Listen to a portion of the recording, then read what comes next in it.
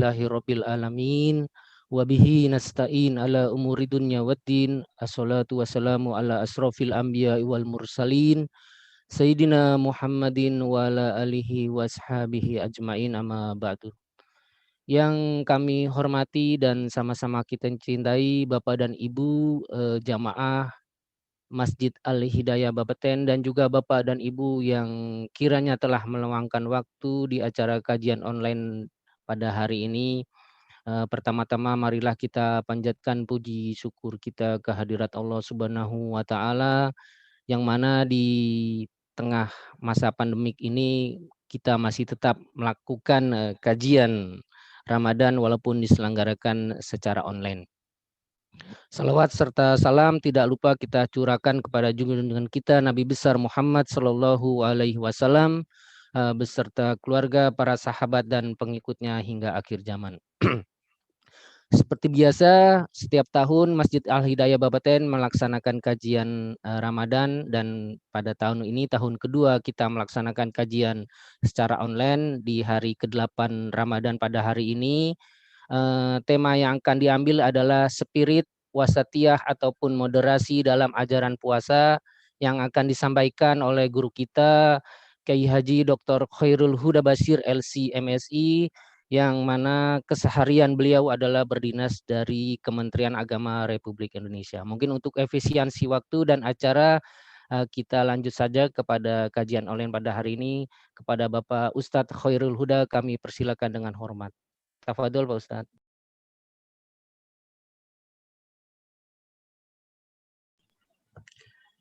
Baik, terima kasih kepada Pak Sudrajat selaku MC dan pengatur acara. Kami mulai. Assalamualaikum warahmatullahi wabarakatuh. Waalaikumsalam warahmatullahi wabarakatuh. Alhamdulillahilladzi ja'ala Ramadhana syahras siyami wal qiyam wa anzala fihi al-Qur'ana hudan lin-nasi wa bayyinatin minal huda wal furqan. Wassalatu wassalamu ala khairil anam Sayyidina Maulana Muhammadin wa ala alihi wa ashabihi wa atba'ihi ila yaumiz ziham. Amma ba'du, segenap jamaah Masjid Al-Hidayah Bapeten, baik yang mengikuti secara langsung di kantor maupun di Masjid Al-Hidayah atau di tempat masing-masing, semuanya kami doakan semoga senantiasa mendapatkan rahmah dan keberkahan Allah Ta'ala, terlebih dalam suasana kita dalam keadaan berpuasa, di tengah-tengah pelaksanaan ibadah saum di bulan suci Ramadan, bulan yang agung ini. Tentu mengawali ta'lim dan pengajian kita, marilah kita bersyukur kepada Allah atas segala nikmat dan karunia-Nya kepada kita, bil khusus nikmat hidayah Islamiyah, nikmat sihah wal afiyah, sehingga mengantarkan kita bisa dan dapat melaksanakan kegiatan pengajian atau tausiah dalam kesempatan siang hari yang insya Allah dipenuhi dengan keberkahan ini. Meski tentu syukur kita akan begitu tampak dan terlihat sekali di tengah-tengah suasana kita, umat manusia di bahkan seluruh belahan dunia sedang menghadapi ujian dan wabak COVID-19 yang sampai saat ini masih berlangsung. Tentu kita berdoa di bulan yang agung, bulan yang mustajab, bulan Ramadan ini, kiranya Allah Ta'ala segera mengangkat virus corona ini dan melenyapkan dari bumi, sehingga kita seluruh umat manusia kembali dapat hidup dalam normal, dalam situasi yang aman dan nyaman. Dan tentu mereka-mereka yang mendapat ujian diberikan kesabaran dan ketabahan oleh Allah Subhanahu wa Ta'ala. Bapak Ibu yang saya hormati dan insya Allah semoga semuanya dimuliakan Allah Ta'ala. Saya kalau membaca Bapeten ini kan Badan Pengawas tenaga nuklir ya. Betul, Pak. Sepertinya apa namanya rada serem gitu.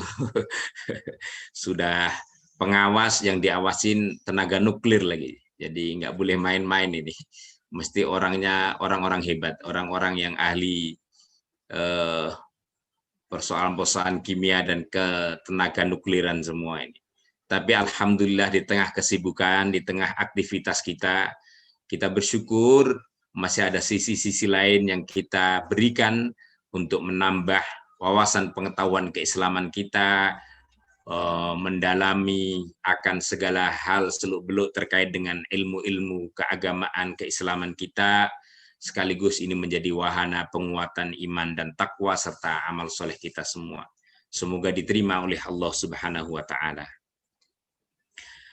Sesuai dengan tema kita yang akan kita sampaikan pada kesempatan siang ini, yaitu kita akan membincang tentang spirit wasatiyah atau moderasi dalam syariat atau dalam ajaran puasa. Bapak Ibu sekalian, kita sadari bahwa salah satu karakteristik atau prinsip utama ajaran Islam, syariat Islam itu adalah wasatiyah, yang bisa kita maknai sebuah syariat, ajaran yang sangat menjaga dan menekankan pada prinsip-prinsip jalan tengah, prinsip-prinsip keseimbangan, prinsip moderasi, prinsip proporsionalitas, kira-kira sama itu. Jadi wasatiyah itu tentu beberapa definisi dari para ulama banyak, tapi kalau boleh kita ambil beberapa saja, misalnya yang disampaikan oleh ulama Al-Asfihani dalam Lisanul Arab, kamus terbesar bahasa Arab, beliau sampaikan al-wasatu ma baina tarafai. Yang disebut dengan wasat atau wasatiyah itu adalah sesuatu yang ada di tengah, yang berada pada dua sisi kutubnya, baik sisi kanan maupun kiri atau sisi depan maupun belakangnya. Kalau boleh kita gambarkan 5 jari kita ini, maka wasatnya adalah ada di jari tengah ini. Jari tengah yang berada pada dua posisi antara jari telunjuk dan jempol dan jari manis serta jari kelingking. Itulah wasat, sesuatu yang ada di tengah. Yang ini pasti kemudian akan berfungsi menjaga keseimbangannya. Kita juga boleh merujuk misalnya dalam Ibnul Manzur, tadi Lisanul Arab ya, lalu Al-Asfihani menyatakan bahwa yang disebut dengan wasatiyah itu pengertian generalnya, pengertian umumnya adalah ma la yakunu al-ifrat wala at-tafrid. Segala sesuatu yang proporsional, yang tidak berada pada sisi ekstrim kanan maupun ekstrim kiri, yang tidak pada sesuatu yang berlebihan sekali atau yang sangat meninggalkan hal-hal yang prinsip. Hal yang sama misalnya diungkapkan oleh seorang ulama kontemporer juga, Syekh Wahbah Zuhaili dalam tafsir Al-Munir. Beliau menyatakan misalnya al-wasatiyah itu disebut dengan markaz ad-dairah, sesuatu yang selalu berada pada sentralnya. Kalau kita bicara ibu kota, kita kenal misalnya antara Jakarta Selatan, Jakarta Utara, Barat, Timur, maka di posisi tengahnya ada Jakarta Pusat. Nah, kira-kira begitulah. Yang kemudian dalam terma dan istilah keagamaan, wasatiyah ini mengandung makna dan nilai-nilai yang positif, yang terpuji. Dan karena itu salah satu kita bisa ambil contoh ayat Al-Quran dalam surah Al-Baqarah ayat 143. Allah bahkan memberikan predikat atau label umat Islam ini sebagai ummatan wasato. Kita baca ayatnya, a'udzubillahi minasyaitonirrajim. Wa kadzalika ja'alnakum ummatan wasatan litakunu syuhada'a 'alan nas. لتكونوا شهداء على الناس ويكون الرسول عليكم شهيدا وكذلك dan demikianlah ja'alnakum aku jadikan firman Allah kalian semua wahai umat Islam umat Rasulullah ummatan wasata ummah yang berada pada posisi tengah ummatan adula ummah yang adil ummah yang selalu menjaga sikap jalan tengah. Untuk apa fungsinya dijelaskan ayat berikutnya itu? Litakunu syuhada'a 'alan nas. Supaya kalian semua mampu menjadi saksi atas segala upaya, persoalan dan kehidupan manusia yang lain, bahkan dan kemudian pada saat yang sama wa yakunar rasulu 'alaikum syahida dan kemudian Rasul akan menjadi saksi atas apa-apa yang kita lakukan sebagai ummatan wasato ini. Jadi Bapak Ibu sekalian, ya, para ahli tafsir memaknai ummatan wasato di sini ummatan adulan, ummah yang adil, ummah yang moderat, ummah yang memilih jalan tengah dalam segala sesuatu, ummah yang menjaga keseimbangannya dalam menerapkan segala perilaku dan keputusannya. Dan menariknya kalau kita baca salah satu mukjizat Al-Quran ini, saat Allah Ta'ala berfirman tentang umat wasato, umat yang berada di tengah ini, ayat ini persis berada posisinya di tengah daripada ayat-ayat surah Al-Baqarah. Kita tahu surah Al-Baqarah itu jumlahnya 286. Ini ayat 140. Jadi tadi 186, ini ayat 143. Jadi posisinya persis berada di tengah dari ayat-ayat sebelum dan sesudahnya. Mukjizat Al-Quran yang luar biasa, yang tentunya tidak mungkin Rasul menghitung dari sekian ayat kemudian ditemukan ayat tengah ini lalu kemudian ditaruh di tengah.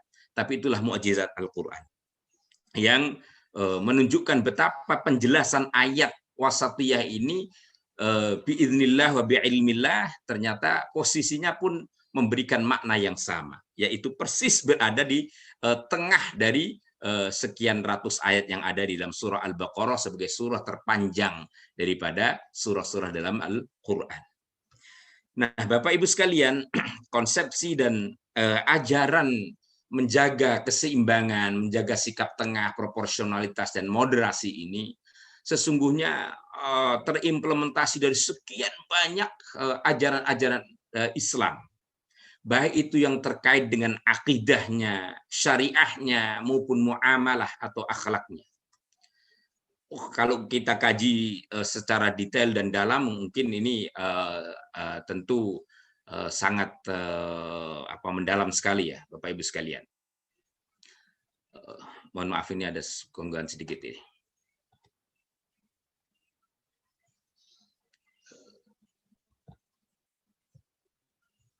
Saya lanjutkan. Misalnya Al-Quran dan ajaran Islam sangat menekankan untuk menjaga keseimbangan antara memperhatikan kehidupan dunia dan keselamatan kehidupan akhirat. Menjaga keseimbangan dan wasatiyah kita antara hablum minallah wa hablum minannas. Hubungan kita dengan Allah dan hubungan manusia. Pun menjaga keseimbangan misalnya antara memperhatikan sisi-sisi ruhaniyah kita dengan sisi-sisi jasadiyah kita, fisik dan ruh kita. Bahkan dalam banyak implementasi misalnya kita menjaga keseimbangan antara urusan-urusan keluarga dengan urusan-urusan kedinasan, perkantoran, dan seterusnya. Dalam konteks mengamalkan ajaran, kita harus menjaga antara ilmu, iman, dan amal. Kita juga dalam memahami Islam selalu menjaga keseimbangan antara perintah-perintah dalam teks maupun kemudian memaknai dalam konteks. itu selalu beriring dan berkelindan satu dengan yang lain. Tidak boleh ditinggalkan satu, kemudian mengedepankan yang satunya, atau sangat mementingkan yang satu, kemudian mengabaikan sisi yang lainnya. Tapi harus dilakukan secara seimbang, secara jalan tengah. Sebab itu para ulama pun menegaskan sebenarnya wasatiyah itu juga makna daripada doa kita dalam surah Al-Fatihah yang sering kita baca, yaitu ihdinas siratal mustaqim. Ya Allah, tunjukilah kami jalan yang lurus, jalan yang lempeng. Itulah yang disebut dengan jalan wasatiyah, jalan yang tengah, yang ghairil maghdubi alaihim waladdallin, bukan jalannya orang-orang yang dimurkai atau yang tersesat hidupnya. Nah, kira-kira itulah sekilas tentang pemaknaan wasatiyah. Supaya nanti kita ada waktu untuk berdiskusi dan berdialog, saya akan ringkas. Kita masuk pada bagaimana spirit wasatiyah ini dalam pelaksanaan ibadah puasa, syariat puasa yang sedang kita jalani ini. Syariat puasa kita sepakat memang dijelaskan oleh Allah secara eksplisit melalui surah Al-Baqarah pada surah 183 sampai 186-an. Pada ayat pertama 183 itu Allah menegaskan, ini saja yang kita coba ingin potret, meskipun nanti menyinggung beberapa yang lain. Kita potret, kita baca dulu ayatnya. A'udzubillahi minasyaitonirrajim. يا أيها الذين آمنوا كتب عليكم الصيام كما كتب على الذين من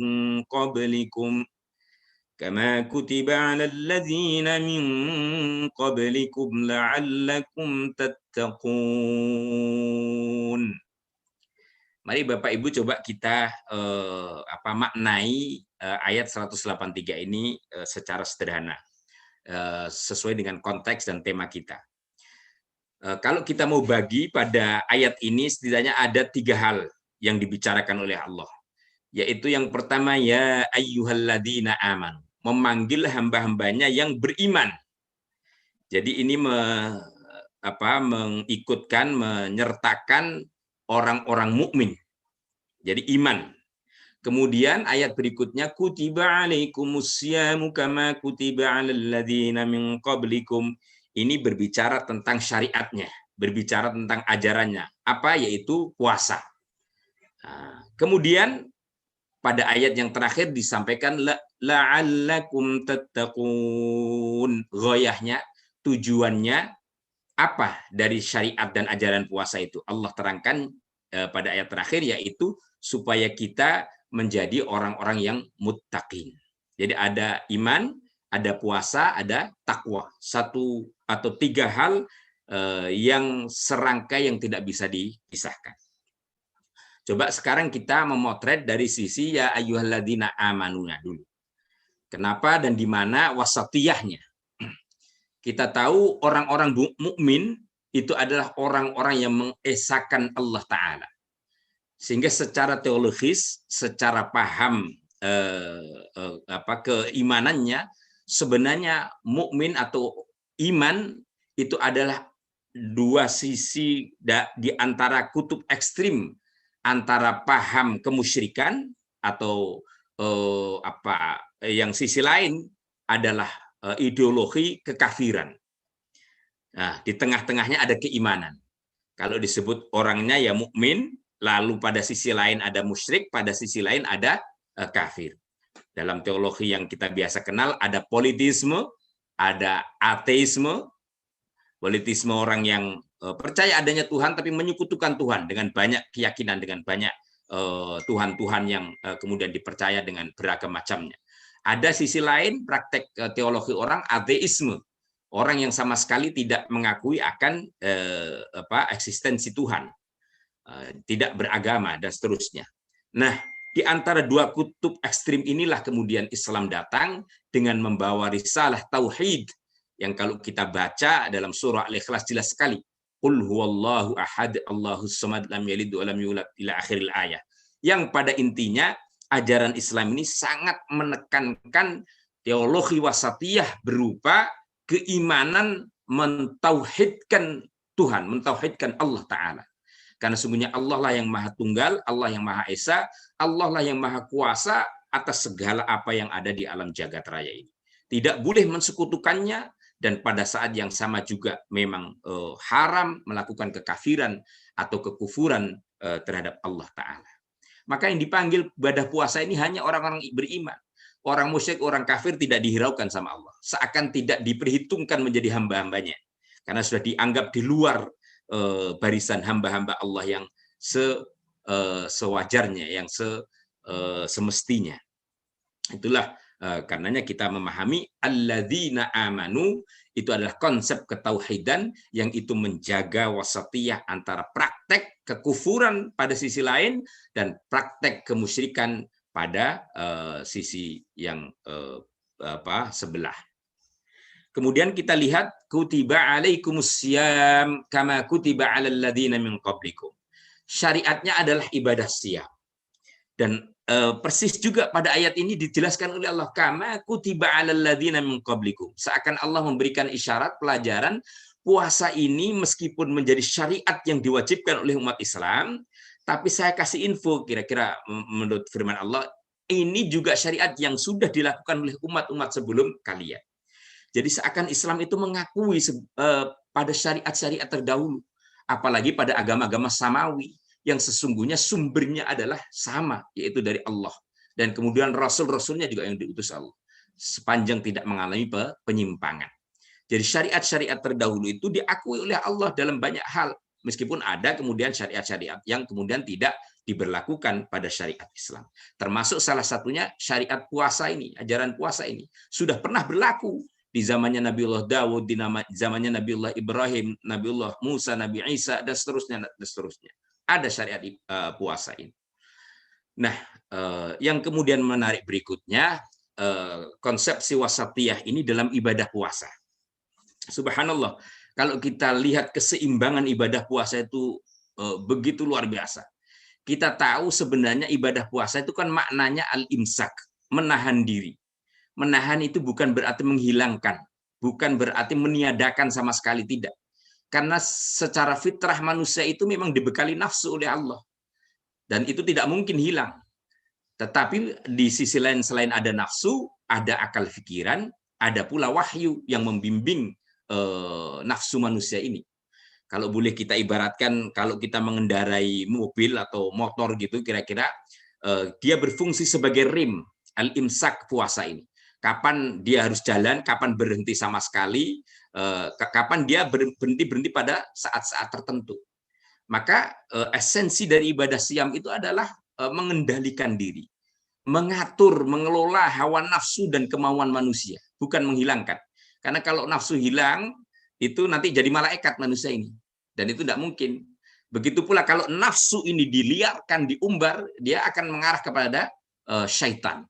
Nah, manusia ini bukan syaitan dan bukan malaikat. Dia memang diciptakan makhluk Allah yang paling mulia dengan perangkatnya yang paling utama. Kalau dia difungsikan sisi-sisi kemanusiaannya. Nah, kemudian Bapak Ibu sekalian, pada sisi lain ibadah puasa dari itu tadi dari sisi pelakunya. Dari sisi syariatnya begitu luar biasa antara syariat ijbari dan tatawu'nya, antara syariat melakukan kewajiban yang mengikat setiap muslim dan antara kemudian diberikan keleluasaannya. Makanya di dalam ayat itu kan dituliskan ayyaman ma'dudat, puasa itu hanya waktu-waktu tertentu, hari-hari tertentu. Itu pun hanya antara subuh sampai maghrib. Dulu ada puasa yang namanya wisol, puasa yang langsung, namanya puasa ngebleng kalau dalam bahasa Jawa. Itu puasa subuh ketemu subuh, itu namanya enggak seimbang itu. Itu pasti nanti akan membuat madarat orang. Itulah Islam mengambil sampai maghrib, maghrib sampai subuh diperbolehkan makan minum dan yang lain-lain. Dalam puasa juga begitu. Kalau mereka yang tidak mampu diberikan pilihan-pilihannya. Antara dia mengqadha atau membayar fidyah. Subhanallah, keseimbangan. Jadi kewajiban ini tidak serta-merta begitu saja, tapi mengambil keseimbangannya. Kalau kita sedang bepergian jauh yang membenarkan kita batal, dipersilahkan. Kalau kita dalam keadaan sakit, yang sekiranya kalau kita puasa malah berbahaya, dibolehkan kita batal. Justru kalau kita sakit kok kemudian memaksakan puasa, itu namanya ekstrim, berlebih-lebihan dalam mengamalkan kewajiban. Sebab itu saya kadang-kadang juga merenung kalau kita mengajari anak-anak kita yang masih kecil, yang di bawah 7 tahun, jangan terlalu dipaksakan. Memang agama saja tidak memaksakan kok kita mau memaksakan. Berlatih boleh, mendidik boleh, tetapi kemudian tidak harus dengan dipaksakan seperti orang yang sudah balik, yang sudah dewasa. Kadang-kadang kita ini kan terlalu maksakan itu anak-anak yang kadang sebenarnya belum wajib di bawah usia 7 tahun misalnya, kemudian dipaksa sama maghrib, akhirnya sampai lemes, sakit. Lah ini memahami agama yang termasuk dalam prakteknya ekstrim itu tadi. Ya mestinya anak-anak kita antar, kita berikan pemahaman, kita latihan puasa ya, nanti zuhur silahkan minum, nanti kalau setelah itu ya makan semungkinnya, diteruskan sampai maghrib, tapi ini latihan ya. Kalau puasa yang benarnya ya nanti sampai maghrib, itu kira-kira kayak begitulah. Makanya Bapak Ibu sekalian, coba kita perhatikan betapa ayat Al-Quran saat mewajibkan ibadah saum itu diiringi dengan firman Allah. Coba ini kita pedomani. Yuridullahu bikumul yusra wa la yuridu bikumul usra. Allah Ta'ala itu di tengah dan di saat mewajibkan kita puasa, ditekankan bahwa Allah menghendaki kemudahan, bukan kesulitan dan beban bagimu. Tidak. Menjadi beban karena kita ini menjalankannya dengan merasa terpaksa dan tidak terbiasa dengan menjalankan saum. Padahal saum puasa itu penuh dengan hikmah, penuh dengan manfaat. Dengan puasa kita bisa sehat, dengan puasa kita bisa mengendalikan emosi, dengan puasa kita bisa merasakan bagaimana nasib orang-orang yang sering terbatas kehidupannya, dan seterusnya dan seterusnya. Itu hikmah puasa yang sedemikian itu yang akan membawa manfaat bagi kemaslahatan diri dan kehidupan manusia. Dan Allah menghendaki kemudahan. Kalau kalian tidak mampu puasa karena sesuatu yang uzur, silahkan cari alternatifnya. Bayar fidyah atau qadha, dan ada ketentuan-ketentuannya yang kafarah, membayar denda. Nah, ini dari sisi ibadahnya. Saya ingin kemudian menutup kajian kita ini supaya ada dialognya dari sisi tujuannya yang kita sudah sebut tadi, adalah menjadi orang-orang yang bertakwa. Ternyata Bapak Ibu sekalian, kalau kita pelajari Al-Quran dan hadis-hadis Nabi, saya hanya ngambil cuplikan beberapa saja supaya kita efektif waktu. Orang bertakwa itu adalah orang yang paling moderat sebenarnya. Orang yang paling wasatiyah. Orang yang paling bisa berlaku adil. Itu kan satu terma, itu satu istilah itu. Moderat, adil, proporsional, seimbang itu sama. Coba kita perhatikan ayat Al-Quran yang menyatakan i'dilu huwa aqrabu littaqwa. Berlaku adillah kalian, bersikap adillah kalian, karena huwa sesungguhnya keadilan itu aqrabu adalah perilaku yang paling dekat littaqwa dengan ketakwaan.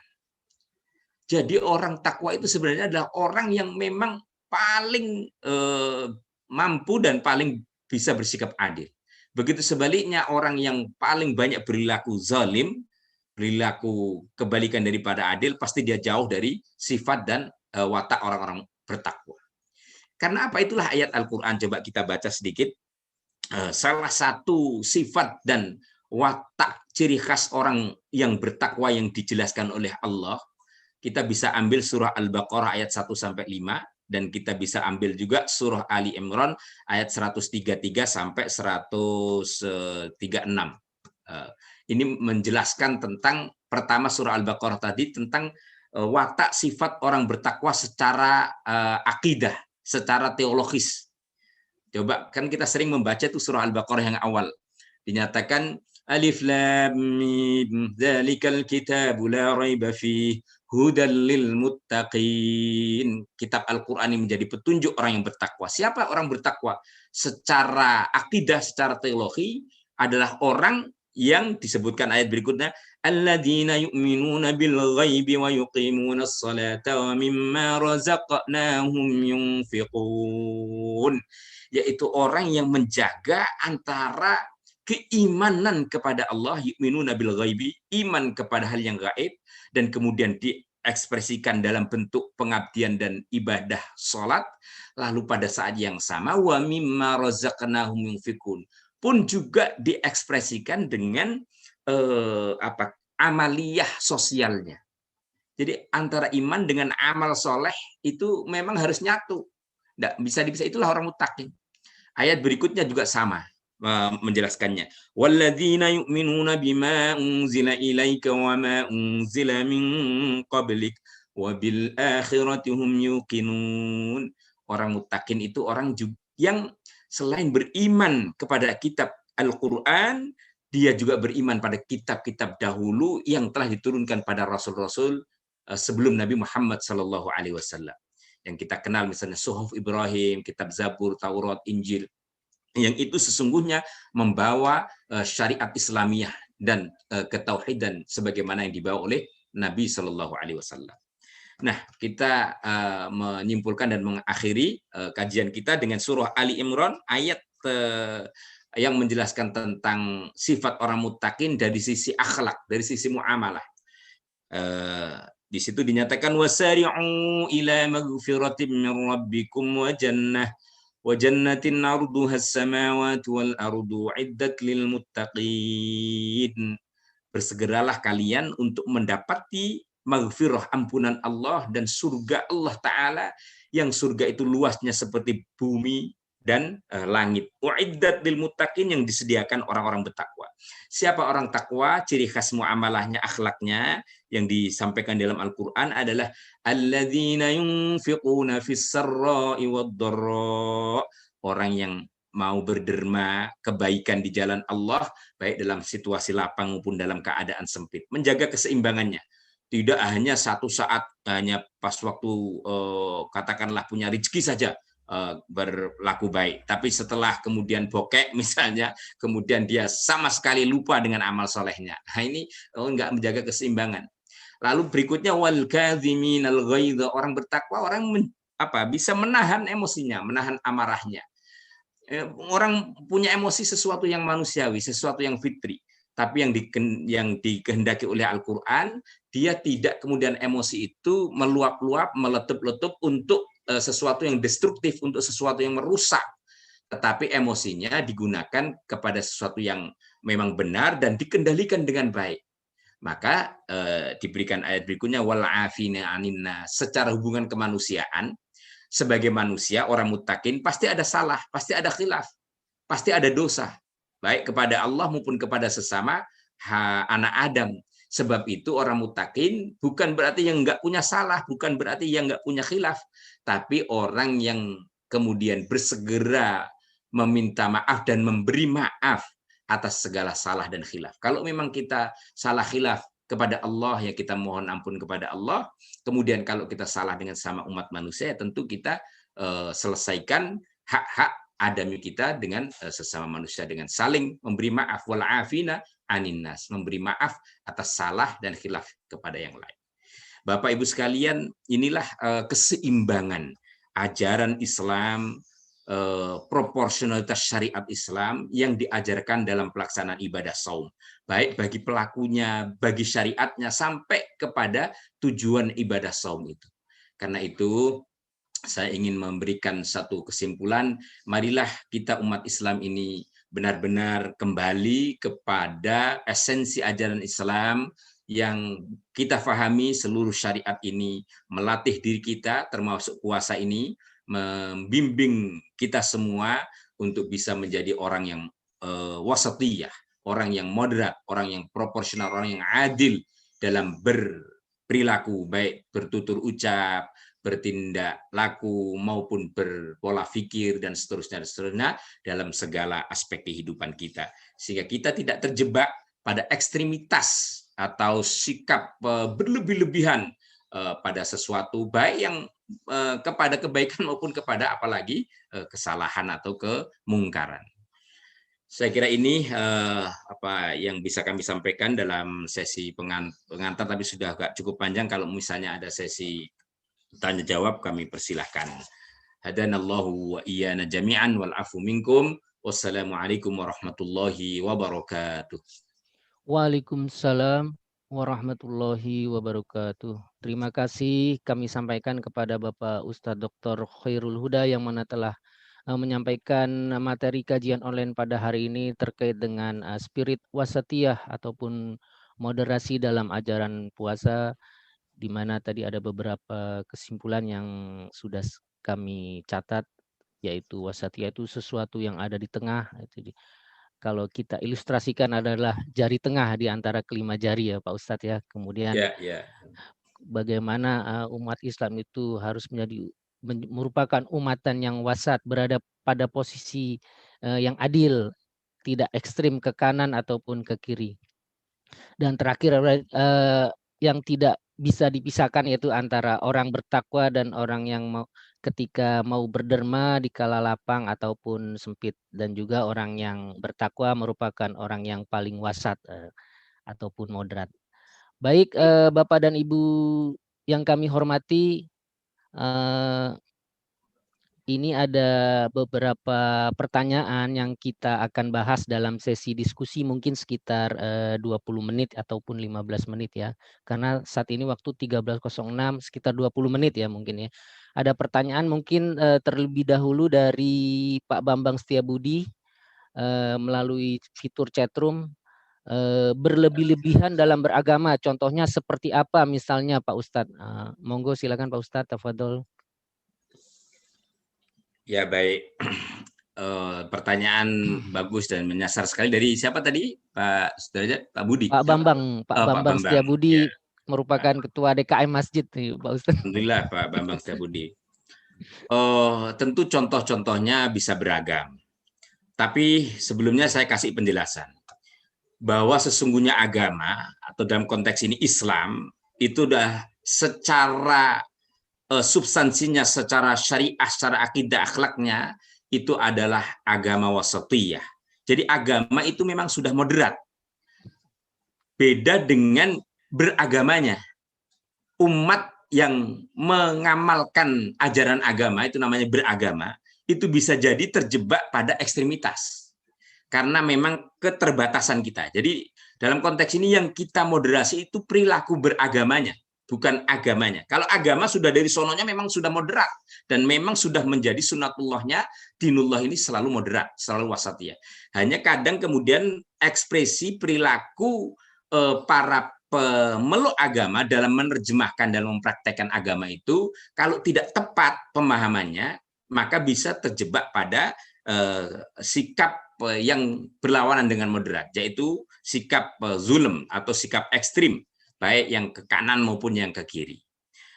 Contoh sikap-sikap beragama berlebihan ya cukup banyak sebenarnya. Salah satu misalnya kita bisa sebut perbedaan dalam agama yang sifatnya furu'iyah, misalnya kita ada yang kenal yang mau tahlil, yang tidak tahlil, yang mau muludan, tidak muludan, yang kemudian adanya 2 kali atau yang terawihnya 20, terawihnya 8. Ini hal-hal yang sifatnya furu'iyah itu diberikan toleransi untuk berbeda keragamannya ini. Kita bisa terjebak pada ekstremitas kalau kemudian memahami hal-hal yang furu'iyah ini menjadi hal-hal yang asasi, menjadi hal-hal yang usuli, menjadi hal-hal yang prinsip. Kalau yang tidak sama dengan dirinya, misalnya orang taraweh 8, kemudian dibilang kafir. Orang yang sholat subuhnya nggak kunut, misalnya batal. Nah, ini contoh-contoh ekstrim. Orang misalnya sholat di masjid yang tidak sama dengan pemahamannya dianggap najis, kemudian masjidnya dicuci, atau dipel. Itu salah satu contoh bentuk-bentuk ekstremitas dalam beragama. Contoh orang memaknai jihad, memperjuangkan dan membela agama Allah. Lalu dia dengan cara melakukan keyakinannya bahwa orang kafir itu semuanya adalah musuh Allah. Dan orang kafir itu harus wajib diperangi dan harus dibunuh, tidak boleh hidup di dunia ini. Kemudian dia membawa bom ke tempat-tempat ibadahnya orang kafir. Ya bunuh diri, bom dengan bunuh diri. Nah, ini salah satu jelas sekali bentuk dari pemahaman ekstremisme agama yang justru tidak dibenarkan sama sekali oleh agama. Jadi kira-kira tolak ukurnya itu sejauh mana ekstremitas itu muncul, yaitu tatkala ajaran agama dipraktekkan yang kemudian bisa mengarah kepada terjadinya kerusakan, baik kerusakan kepada dirinya, kerusakan kepada harta kekayaannya, kerusakan kepada kehormatannya, bahkan kemudian kerusakan kepada lingkungan sekitarnya. Itu pasti dilarang di dalam agama Islam utamanya. Yaitu apa yang disebut dengan hifdzun nasl, hifdzun nafsi, dan seterusnya. Pendek kata, kalau kemudian ada praktek ajaran agama yang kemudian menodai, menghancurkan harkat martabat kemanusiaan, itu sudah salah satu di antara bentuk ekstremitas beragama. Saya kira itu jawaban sederhananya supaya yang lain nanti ada kebagian. Baik, terima kasih Pak Ustadz atas tanggapan yang disampaikan terkait dengan tidak berlebihan ya dalam beragama. Ini ada pertanyaan yang kedua Pak Ustadz dari SKN Bapeten, ini kayaknya Pak Dwi Cahyadi ini Pak. Mengapa seringkali umat Islam dilabeli intoleran atau tidak toleransi? Silakan Pak Ustadz. Ya, pertanyaan yang menarik juga. Itu tentu berarti salah yang melabeli. Dan kita tidak perlu terprovokasi dan mengikuti labelitas itu. Makanya saya sampaikan dalam konteks ini, betapa Islam itu dari awal telah mengajarkan, bahkan namanya saja sudah al-Islam, as-salam, kedamaian, kesejukan. Dan salah satu prinsipnya al-Islam itu adalah memberikan kedamaian, kesejukan kepada siapapun. Memberikan kasih sayang kepada seluruh umat manusia dalam alam jagat raya ini. Bukankah Al-Quran sudah menegaskan Rasul diutus itu dengan membawa misi paling utama dengan rahmah lil alamin. Wa ma arsalnaka illa rahmatan lil alamin. Dan tidaklah aku utus engkau Muhammad kecuali membawa rahmah kasih sayang kepada seluruh alam jagat raya ini. Karena itu ada sesuatu yang sangat salah dan tidak berdasar sama sekali kalau menyatakan Islam itu misalnya agama yang tidak toleran. Nah, kemudian bergeser pada berikut, kalau bagaimana dengan pemeluknya, pengikutnya, ya itu yang saya tadi sampaikan. Ada, kita harus akui beberapa pemeluk pengikut Islam yang memang terjebak pada sikap-sikap ekstrim dan radikal itu. Ada, bahkan sejak dari zaman Nabi, sejak dari sahabat. Kalau Bapak Ibu kita baca sejarah, siapa pembunuh khalifah yang keempat Sayyidina Ali? Itu orang Muslim yang bahkan dia penghafal Quran, dia biasa qiyamul lail, salat tahajud dan seterusnya. Tapi dia dengan pahamnya yang salah karena dianggap Sayyidina Ali telah keluar dari Islam dan telah menghukumi sesuatu keluar dari Al-Quran, sehingga termotivasi dengan paham yang salah itulah dia kemudian membunuh Sayyidina Ali.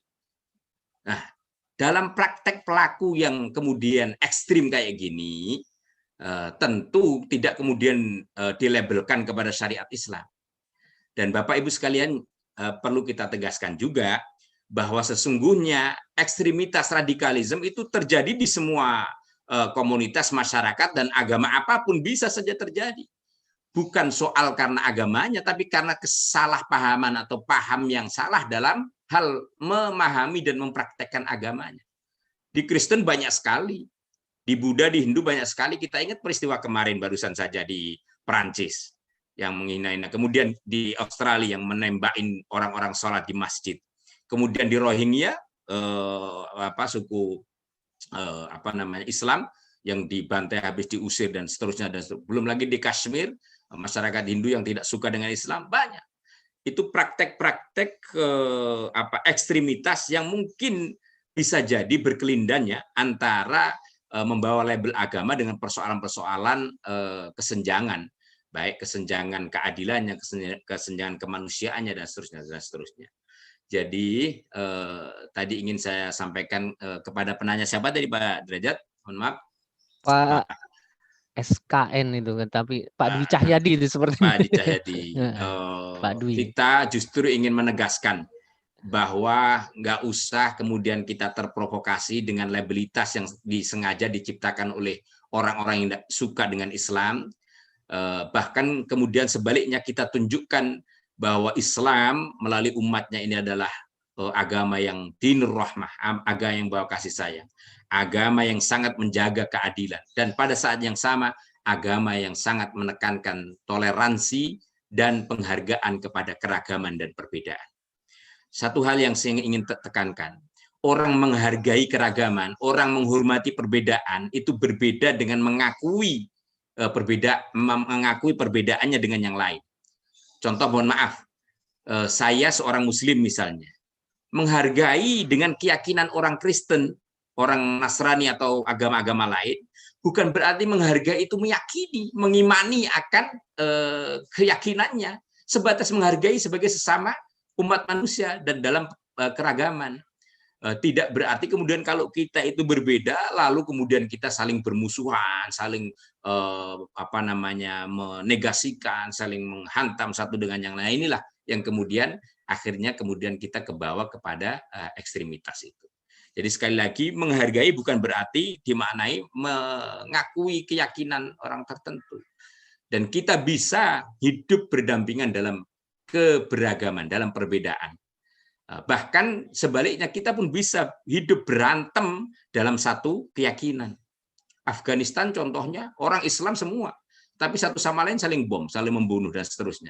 Itu karena apa? Bukan karena Islamnya, tapi karena memahaminya Islam yang kemudian tertutup sikap-sikap egoisme mereka, sikap-sikap fanatik terhadap kesukuannya, sikap-sikap ketidakadilannya di sana, sehingga memunculkan pertarungan sesama antar umat Islam sekalipun.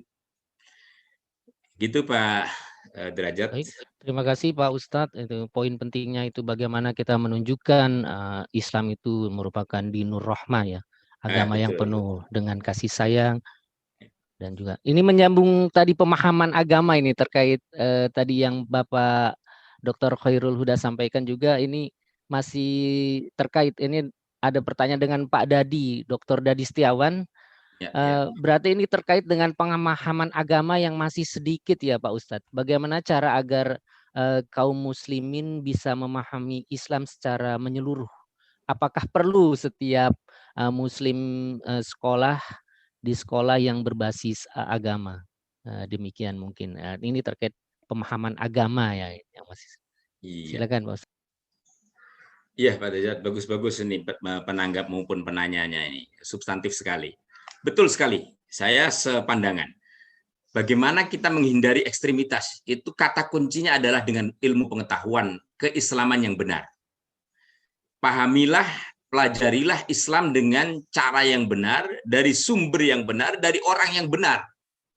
Dan inilah pentingnya kita ngaji dari sumber-sumber yang benar.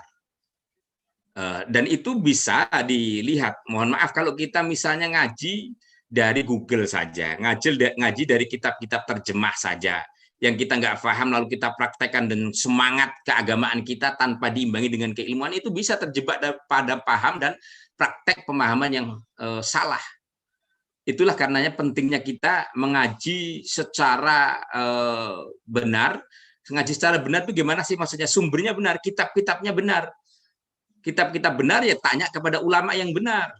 Ulama-ulama yang benar dalam pengertian memang sudah diakui standar keilmuannya. Mereka keluaran-keluaran pondok pesantren misalnya, yang tentu bahasa Arabnya bagus, kajian Quran dan hadisnya bagus. Kalau bahasa Arabnya saja misalnya mohon maaf masih terbata-bata dan tidak paham, lalu kemudian berceramah sana sini tentang Islam, ya sulit kita akan bagaimana? Karena memang Islam harus dipahami betul dari sumber aslinya. Sumber aslinya Al-Quran dan Hadis itu dengan bahasa Arab. Bagaimana mungkin kita katakanlah menjadi ulama atau seorang yang mendalami Islam, lalu kemudian kita bahasa Arab saja tidak paham, tidak mampu misalnya. Dan hal-hal semacam ini penting.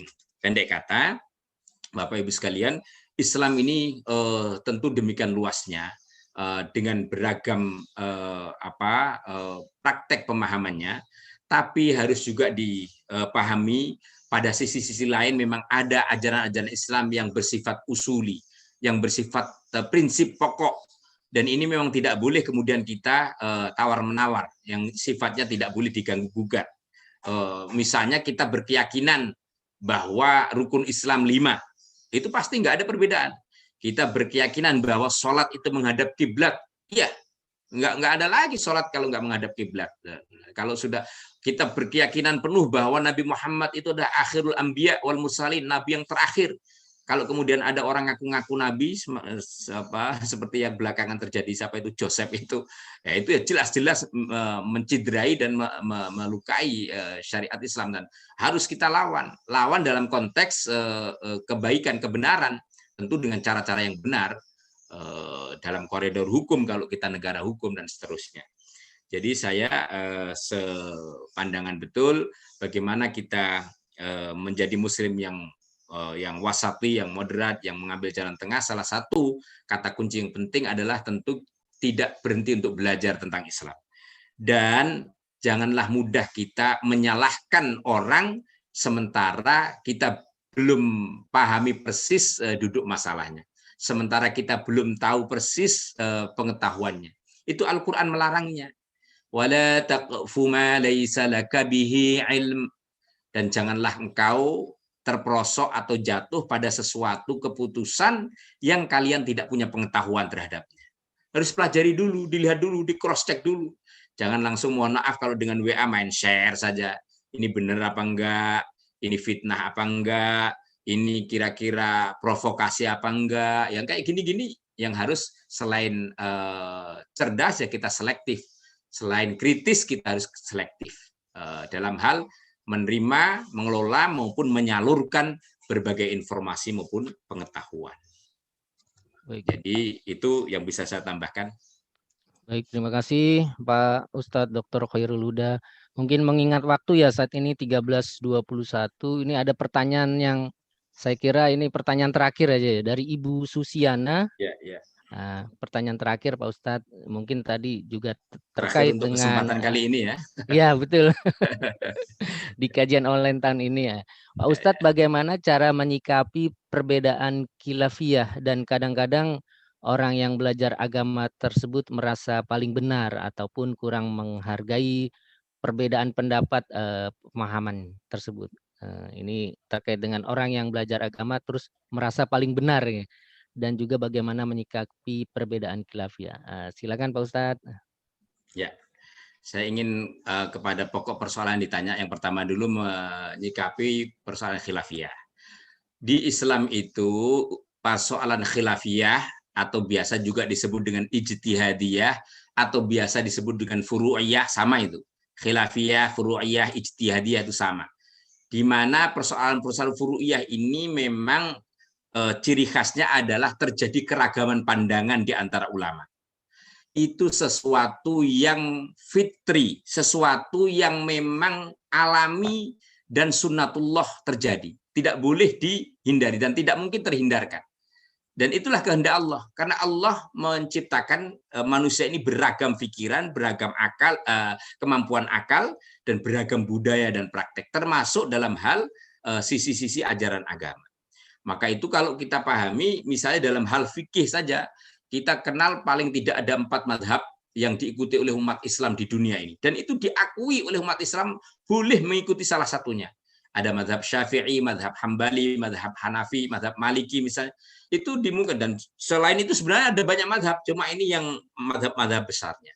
Nah, bagaimana kita menyikapinya? Silahkan kembali kepada keyakinan dan kemungkinan kita untuk mengamalkan dan mengikutinya. Tidak boleh dipaksakan kepada yang lain untuk persis dengan kita. Karena itu praktek memang sudah ada di zaman Rasul dengan keragamannya. Contoh salat tarawih yang sekarang kita jalankan. Dulu Nabi itu menjalankannya, beliau dalam riwayatnya 3 hari saja di masjid bersama-sama dengan para sahabatnya. Setelah itu selebihnya beliau kerjakan sendiri di rumah. Rakaatnya pun diriwayatkan beragam. Waktu di masjid diriwayatkan hanya dengan 8 rakaat. Di rumah diriwayatkan berpuluh-puluh rakaat. Tidak terbatas. Nah, kemudian di zamannya Khalifah Umar baru dilaksanakan salat tarawih secara berjamaah. Artinya apa? Dan itu ada 20 rakaat di zamannya sahabat Umar. Ternyata salat tarawih yang sunnah ini mengalami atau memiliki keragaman amaliyah. Dan ini banyak dalam hal-hal furu'iyah dalam Islam. Kita aja kalau mau sholat, Bapak Ibu sekalian, keragamannya itu luar biasa banyaknya. Misalnya mengawali dari niat saja, itu ada yang niatnya dilafatkan, ada yang niatnya tidak dilafatkan, ada niatnya itu lafadznya lengkap, ada yang tidak. Itu apa boleh benar semuanya? Benar semuanya. Dilafatkan karena niat itu boleh dilafatkan boleh tidak, meskipun tempat sesungguhnya di hati. Kemudian kalau mau takbir, adakah takbirnya itu di dua telinga kayak begini, nanti kemudian di dada, nanti ada lagi yang agak diangkat, ada hanya sekedar di tengah dada. Sama-sama, dan itu praktek memang pernah dilakukan oleh Nabi dengan segala macamnya. Sehingga kalau masalah furu'iyah silahkan kembali kepada keyakinan dan kemungkinan kita melakukannya. Tidak boleh menyalahkan dan tidak boleh memaksakan satu sama lain. Nah, salah satu di antara kemudian yang menyebabkan orang itu bisa ekstrim itu tadi, kalau kemudian mengklaim kebenaran hanya pada dirinya sendiri. Orang lain semuanya dianggap salah. Ini yang menyalahin manhaj dan konsep Islam itu sendiri bahkan. Kebenaran itu sesungguhnya hanya milik Allah Ta'ala. Orang-orang yang berijtihad itu adalah berupaya untuk mendekati kebenaran. Wallahu alam, hakikat kebenarannya hanya Allah yang Maha tahu. Tidak boleh kita mengklaim kebenaran semata hanya milik kita dalam konteks sesuatu yang memang dimungkinkan untuk beragam. Nah, kecuali beda halnya dalam hal-hal yang usuli, memang kita harus militan, kita harus jaga betul. Misalnya bahwa Allahu Ahad, Allah itu Esa. Oh, itu persoalan usuli. Bahwa Nabi Muhammad adalah utusan Allah yang terakhir, itu persoalan usuli. Tidak boleh diganggu-gugat kayak gitu. Dan kita memang meyakini sepenuhnya sebagaimana yang diajarkan oleh para ulama-ulama kita. Sebab itu dalam hal-hal yang sifatnya furu'iyah, kita tidak boleh mengklaim kebenaran milik sendiri. Dulu salah satu ulama madzhab, Imam Syafi'i yang banyak diikuti oleh umat Islam Indonesia, selalu memberikan pedoman begini, ini bagus nih. Qauli shawab wa yahtamilul khata. Saya itu berpandangan, berpendapat, dan saya yakini benar, kata Imam Syafi'i. Tapi tidak menutup kemungkinan salah. Jadi beliau membuka ruang untuk koreksi dan perbaikan dari pihak luar. Dan beliau pada saat sama yang menyatakan wa qauluka khata walakinnahu yahtamilus shawab. Saya meyakini pandangan Anda itu salah, tidak seperti yang saya yakini. Tapi saya pun juga meyakini masih ada kemungkinan-kemungkinan sisi-sisi kebenarannya. Sebab itu saya akan melakukan upaya untuk terus mencari titik-titik kebenaran itu ada di mana. Yang ini sesungguhnya adalah proses semuanya. Yang kemudian hakikat kebenaran itu yang menentukan adalah Allah Subhanahu wa Ta'ala. Saya kira itu tambahannya. Insya Allah kurang lebihnya mohon dibukakan pintu maaf. Saya kembali kepada tema kita. Marilah kita kembali kepada spirit Islam yang selalu mengajarkan wasatiyah dalam segala aspek akidah, syariah, dan muamalah kita. Karena banyak para ulama sering menekankan khairul umuri awsatuha. Sebaik-baik perkara itu adalah yang paling seimbang. Sekali lagi, orang seimbang itu bukan berarti orang yang tidak punya pendirian, tidak. Tapi justru disitulah keseimbangan akan membawa kemaslahatan kepada semua. Demikian Bapak Ibu yang kami hormati. Tentu kalau ada kurang, mohon dibukakan pintu maaf. Kalau ada sesuatu yang lebih, insya Allah itu tentu adalah bimbingan Allah Ta'ala yang perlu kita jadikan pedoman bersama. Wal'afu minkum wa hadanallahu wa iyyakum jami'an. Assalamualaikum warahmatullahi wabarakatuh. Waalaikumsalam warahmatullahi wabarakatuh. Kami ucapkan terima kasih tiada terhingga kepada guru kita Bapak Ustadz Dr. Khairul Huda yang mana telah memberikan kajian online pada hari ini. Semoga membawa kebaikan untuk kita semua. Dan mungkin untuk sebagai penutup, mungkin diakhiri dengan doa ya Pak Ustadz ya. Mohon maaf untuk lebih membawa keberkahan di hari ini untuk kehidupan kita selanjutnya. Nah, tafadhol Pak Ustadz, mohon maaf sebelumnya. Apa ada yang ditugasin doa sebelumnya, Pak? Belum ada, Pak. Kalau ada, mangga. Kalau tidak ada, baik kita tutup bersama taklim kita dengan berdoa kepada Allah. Semoga Allah meridhai, menerima amal ibadah, amal soleh kita semua. Alhamdulillahi Rabbil Alamin, wabihi nasta'in, wassalatu wassalamu ala ashrafil anbiya wal mursalin, Sayyidina Muhammadin wa ala alihi wa sahbihi ajma'in. Allahumma ya Allah, inna nas'aluka ridhaka wal jannah, wa na'udhu bika min sakhatika wal nar. Allahumma innaka afuwun karim, tuhibbul afwa fa'fu anna ya karim. Allahumma sallimna li Ramadan, wa sallim Ramadan lana, wa tasallamhu minna mutaqabbala. Allahumma inna nas'alukal huda wat tuqa wal afafa wal ghina. Allahumma rabbana atina fid dunya hasanah wa fil akhirati hasanah wa qina adzaban nar. Sallallahu ala Muhammadin wa ala alihi wa sahbihi wasallam. Walhamdulillahi rabbil alamin. Wassalamualaikum warahmatullahi wabarakatuh. Waalaikumsalam warahmatullahi wabarakatuh.